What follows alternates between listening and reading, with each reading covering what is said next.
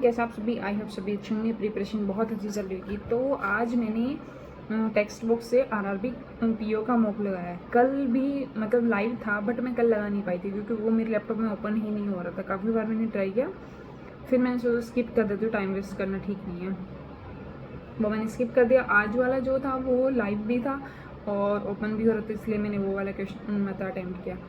अब ये था कि लाइव है तो बाकी सारी मतलब उसका सारा एनालिसिस वगैरह तो नहीं दिखा सकती, उसके मार्क्स दिखा सकती हूँ, और दूसरा जो मैंने रफ सीट पे किया है वो दिखा सकती हूँ।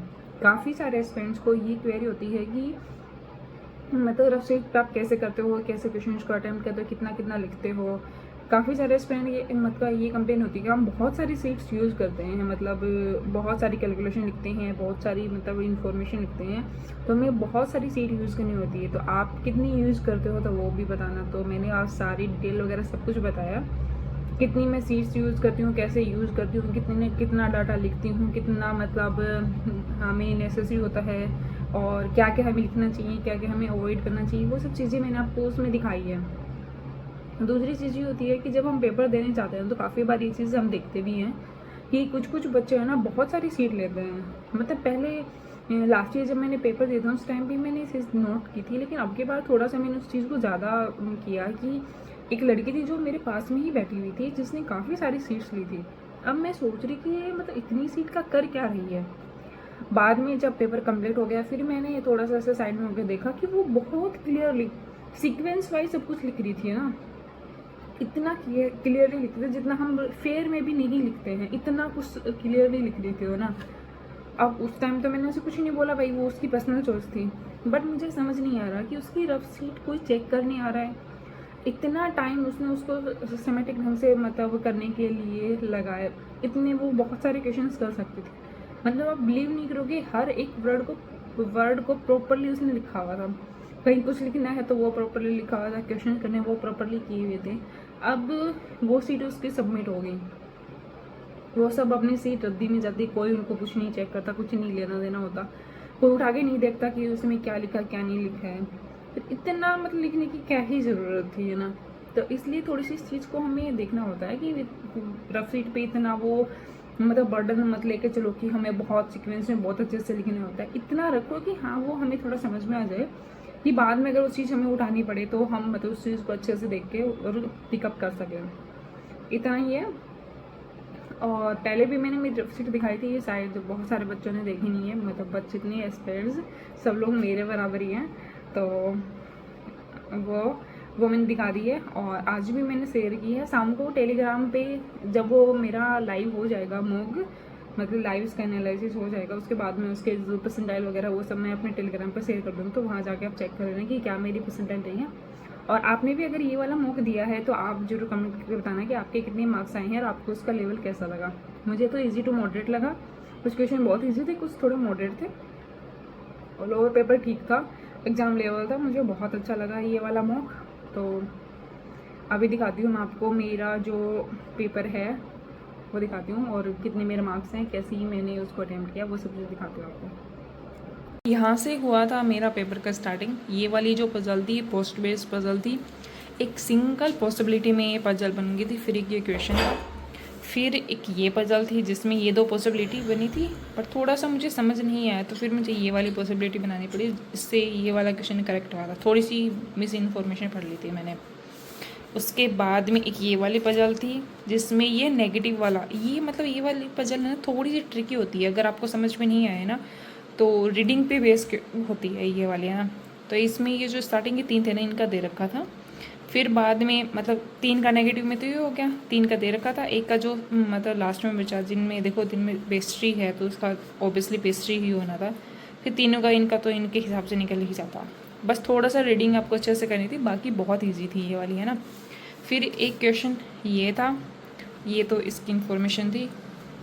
फिर एक ये क्वेश्चन था, और इसमें एक चीज़ दिखाती हूँ मैं आपको, है ना। मैंने यहाँ से स्टार्ट कर दिया जो इसकी इन्फॉर्मेशन थी ना, फिर 3 लिखने के बाद में मैंने देखा, क्योंकि सोच नहीं सकता कि उसमें कुछ भी हो सकता है, ज़रूरी थोड़ी ना है। तो फिर मैंने बाद में देखा कि यहाँ से स्टार्ट है, तो ये उसके 3 मतलब 4 ये थे स्लॉट। फिर थी एक वाली पजल, ये भी काफ़ी ईजी थी, कुछ नहीं था इसके अंदर, 2 पॉसिबिलिटी में बन गया था। मैंने इसमें 2 ही इन्फॉर्मेशन लगी थी और कुछ लिखने की ज़रूरत ही नहीं पड़ी। ये वाली पजल थी ना, ये थोड़ी सी ट्रिकी थी, मतलब स्टार्टिंग में मुझे समझ नहीं आई थी। 2 पॉसिबिलिटी से बनी थी, ये वाली पॉसिबिलिटी सही थी। उसमें सबसे अच्छा पॉइंट था कि रमेश और रजत वाला पॉइंट अच्छा था कि रमेश और रजत के बीच में 4 से ज़्यादा डिफरेंस है, और मैंने 4 करके रमेश को यहाँ बना दिया। और लास्ट में एक पॉइंट था कि रमेश और अमित के बीच में सचिन है। अब मुझे समझ नहीं आ रहा, ये दोनों तो पास पास में आ रहे हैं, बीच में सचिन कहाँ बनेगा। फिर मैंने एक वो ये वाली जो रमेश और रजत वाली लाइन है ये दोबारा से रीड की, फिर मुझे समझ आया कि हाँ क्या दे रखा है इसके अंदर। इन्फॉर्मेशन थोड़ी थी मतलब, बट क्लियर दे रखी थी, कुछ भी ऐसा नहीं था कि जो हमें कंफ्यूज करे। कन्फ्यूजन के लिए इसमें जो थी वो मतलब थोड़ी सी उसकी लैंग्वेज थी कि हाँ हमें क्या क्या कहाँ करना है, और थोड़े वर्ड्स थे ना, इसकी वजह से थोड़ा सा उस चीज़ को मतलब ऑब्जर्व करने में थोड़ी सी दिक्कत होती है। यहीं अगर लेटर्स होते तो इतना वो बड़ी नहीं थी, ज़्यादा ट्रिकी भी नहीं बनती है, बट ये इसके नाम है तो थोड़ी सी ऐसे समझने में दिक्कत हो रही थी। ये वाली पजल मेरे को अच्छी लगी थी सच में। एक इसके अलावा एक पजल और थी जो मैंने अटैम्प्ट नहीं की थी, स्किप कर दी थी। फिर आते हैं मैथ वाले सेक्शन में। मैथ वाला सेक्शन है ये, एक इसमें डीआई थी, डीआई है मैंने लास्ट में की थी, पर पहले दूसरे वाले पेज से स्टार्ट होती है। इसमें काफ़ी सारे स्टूडेंट्स को ये होता है कि वो पूरी डिटेल्स निकालते हैं, पहले इसका निकालो फिर इसका निकालो, फिर बाद में क्वेश्चन करना स्टार्ट करते हैं। अब मुझे चाहिए ही इसमें ये ही डाटा चाहिए थे, तो मैं सारा कैलकुलेट क्यों, मैंने क्वेश्चन उठाया, देखा कि हाँ इसका डाटा चाहिए, मैंने उसी का निकाल के यहाँ लिख लिया कि भैया अगर बाद में उसकी नीड हो तो मुझे दोबारा कैलकुलेट नहीं करना पड़े। तो जैसे जैसे क्वेश्चंस में डाटा निकलते गए मैंने इसमें नोट डाउन कर लिए, बस मुझे इतने ही डाटा की नीड हुई तो मैंने इतने निकाले, बाकी मुझे नीड ही नहीं थी तो मैं क्यों निकालूँ उस चीज़ को। सारे क्वेश्चंस मैंने कैलकुलेट किए। फिर यहाँ से एक और डीआई थी, उसके क्वेश्चंस किए मैंने, उसमें कुछ नहीं था, डाटा वगैरह कुछ नहीं निकाला, डायरेक्ट सब कुछ डाटा वगैरह दिया हुआ था। और यहाँ पे ये मैंने कुछ अर्थमेटिक के क्वेश्चंस किए थे जो मैंने क्लियरली नहीं लिख रखे हैं, बस ऐसे थोड़ा थोड़ा स्टेप बना के लिख रखे हैं। मतलब एक ये क्वेश्चंस था, ये कॉइन वाला था, इसमें 5 और 10 का रेशियो दे रखा था, ऐसा कुछ क्वेश्चन था। और ये एक सिंप्लीफिकेशन था, ये एक सिंप्लीफिकेशन था, सीरीज के भी क्वेश्चंस थे। ये सारे इनिक्विटी वाले वो जो क्या बोलते हैं उसको, इनिक्विटी का नाम आ रहा है, मतलब जो क्वाड्रेटिक इक्वेशन होते हैं उसके 5 क्वेश्चंस थे, काफ़ी इजी थे, कुछ नहीं था उसके अंदर ना। फिर ये सारे सिंप्लीफिकेशन के क्वेश्चन, वो वाली पजल मैंने दोबारा से स्टार्ट कर दी, बट जब मैंने उसको वो पॉइंट आते ही ना, सेकंड लाइन में ही वो पॉइंट था, तो मुझे वो समझ आ गया, तो फिर मैंने उसी में बना लिया, दोबारा नहीं बनाई। ये सारे अर्थमेटिक के क्वेश्चंस हैं, और ये भी अर्थमेटिक के क्वेश्चन हैं। क्वेश्चंस का लेवल ठीक था, थोड़े थोड़े कुछ क्वेश्चन ट्रिकी थे। डीआई में भी क्वेश्चंस बहुत इजी थे, एक डीआई थी जो कैसलर डीआई थी, उसके क्वेश्चंस भी अच्छे थे। तो ये है मेरी सारी पूरी सीट, ये इस साइड की मैंने आपको दिखा दी है, एक ये इस साइड का पेज था। तो अब मैं दिखा देती हूँ मेरा रिज़ल्ट कि क्या था मेरा रिज़ल्ट। और ये मेरे मार्क्स आए 52.50 मेरे मार्क्स आए, 55 मैंने अटैम्प्ट किए थे। और स्पीड है मेरी पर क्वेश्चन 1 मिनट की। एक्यूरेसी मेरी 100% रही है। 100% तो कैसे हो सकती है, 2 क्वेश्चन मेरे गलत हो गए, बट फिर भी इसमें 100% दिखा रहा है। 53 मेरे करेक्ट है। और ये देख सकते हो आज 9:30 बजे शाम को इसका रिज़ल्ट आएगा, तो फिर मैं टेलीग्राम पे मेरे जो परसेंटाइल वगैरह वो सब आपको शेयर करके दिखा दूँगी। और ये देख सकते हो मेरे मार्क्स वगैरह सब कुछ।